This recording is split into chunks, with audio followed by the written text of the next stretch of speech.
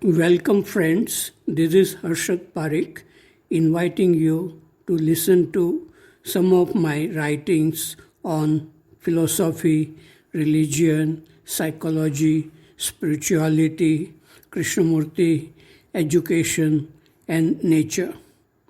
I hope you have a peaceful listening in a very good environment. This is audio tape number 11, article number 57. It is about Theosophical Society and the Mahatmas or Masters. This is what I found today on internet about Theosophical Masters. In June 1882, a number of people were gathered together at Bhavnagar, including an atheist and two theosophists. Neither Olcott nor H.P.B. Blavatsky were present. The group was debating the probability of existence of the masters. During their discussion, a triangular folded piece of paper came fluttering down. It was addressed to the Honorable Doubting Company, and it began, "Foolish are the hearts who doubt our existence or of power our community is in possession of for ages and ages." I am not a believer in masters and not a member of Theosophical Society. Krishnamurti seemed to be in touch with the masters, and several leaders of Theosophical Society also seem to be in touch with the masters, not on physical plane. Krishnamurti never denied the existence of the masters, but he would not talk about the mystical happenings in his life. The biographies of Krishnamurti describes in detail about the messages coming from the masters for Krishnamurti and a process of transformation occurring on the brain and body of Krishnamurti. In 1885, a devotee of Ramakrishna asked, "The Theosophists believe in the existence of Mahatmas. Do you believe in them, sir?" Ramakrishna answered, "If you believe in my words, I say yes. But please leave these matters alone. Come here again when I am a little better. Some way will be found for you to attain peace of mind if you have faith in me." Article number 58. It is about, can thinking stop? It is not true that we are thinking. Thinking is happening on its own as a habit. Ever since we learned a language and started using it for our needs, we have no control over thinking. Not thinking or to be silent and peaceful is most difficult. Some people who desire to end thinking because it is painful or harmful, they ask, can this habitual thinking stop forever? And after asking this question, they like to think and discuss with their friends.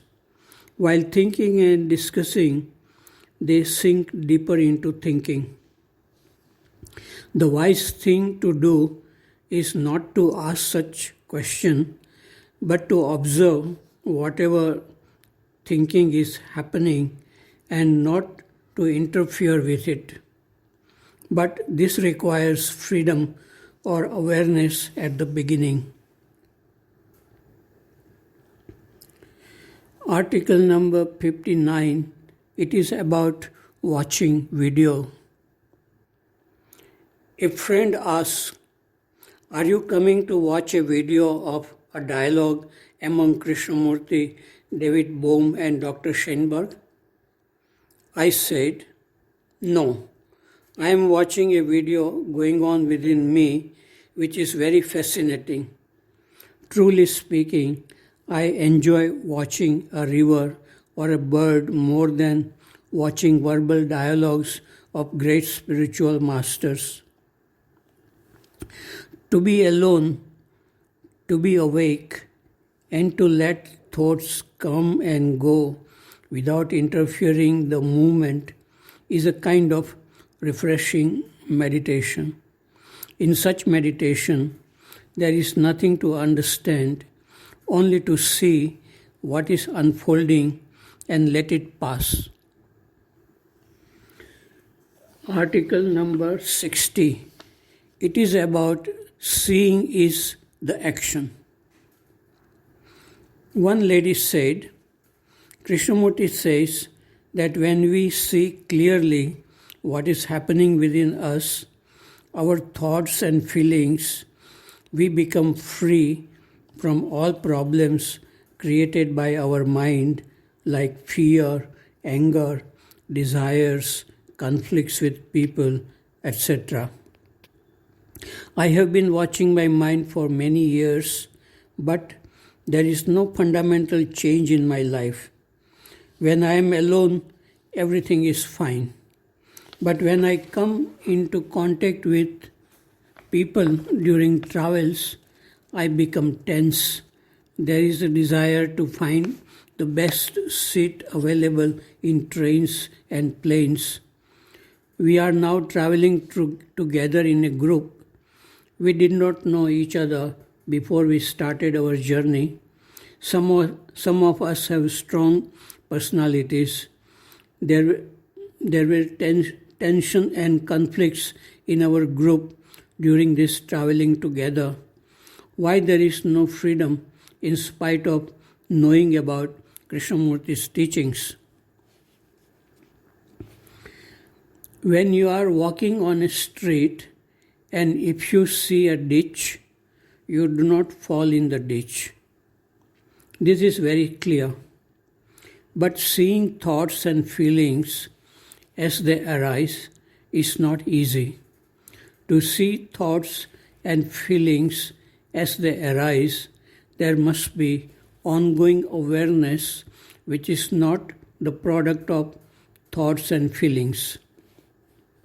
Silent, ongoing awareness will come if that is very important in your life.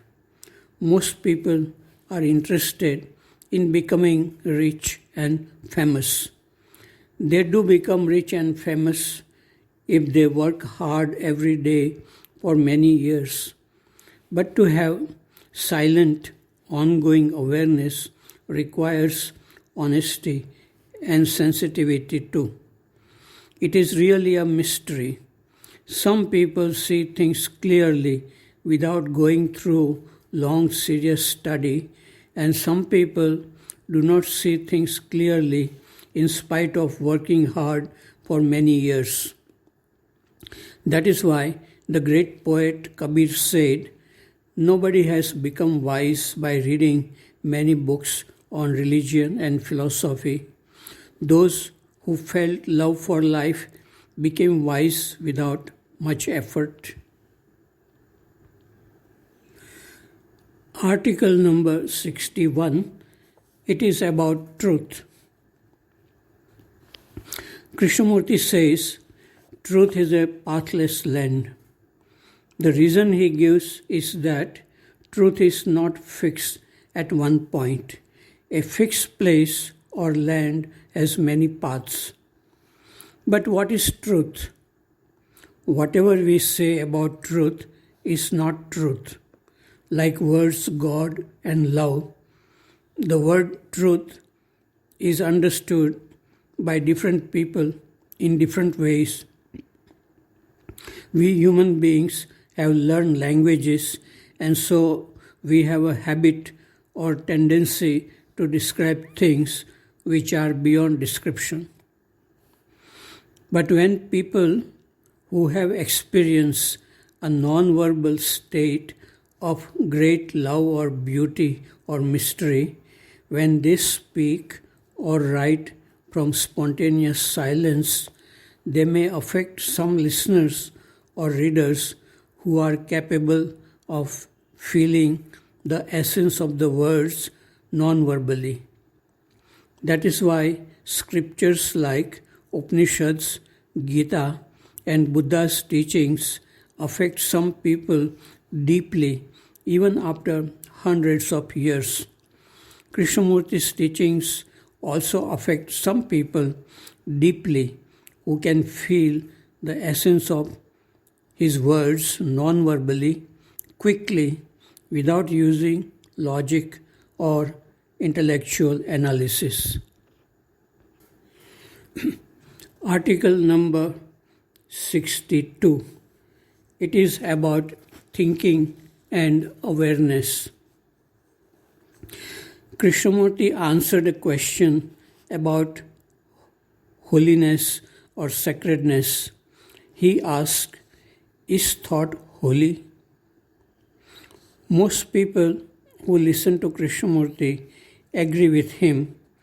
They like to stop thinking, assuming that the absence of thinking would create holiness. But mere absence of thinking is not holiness.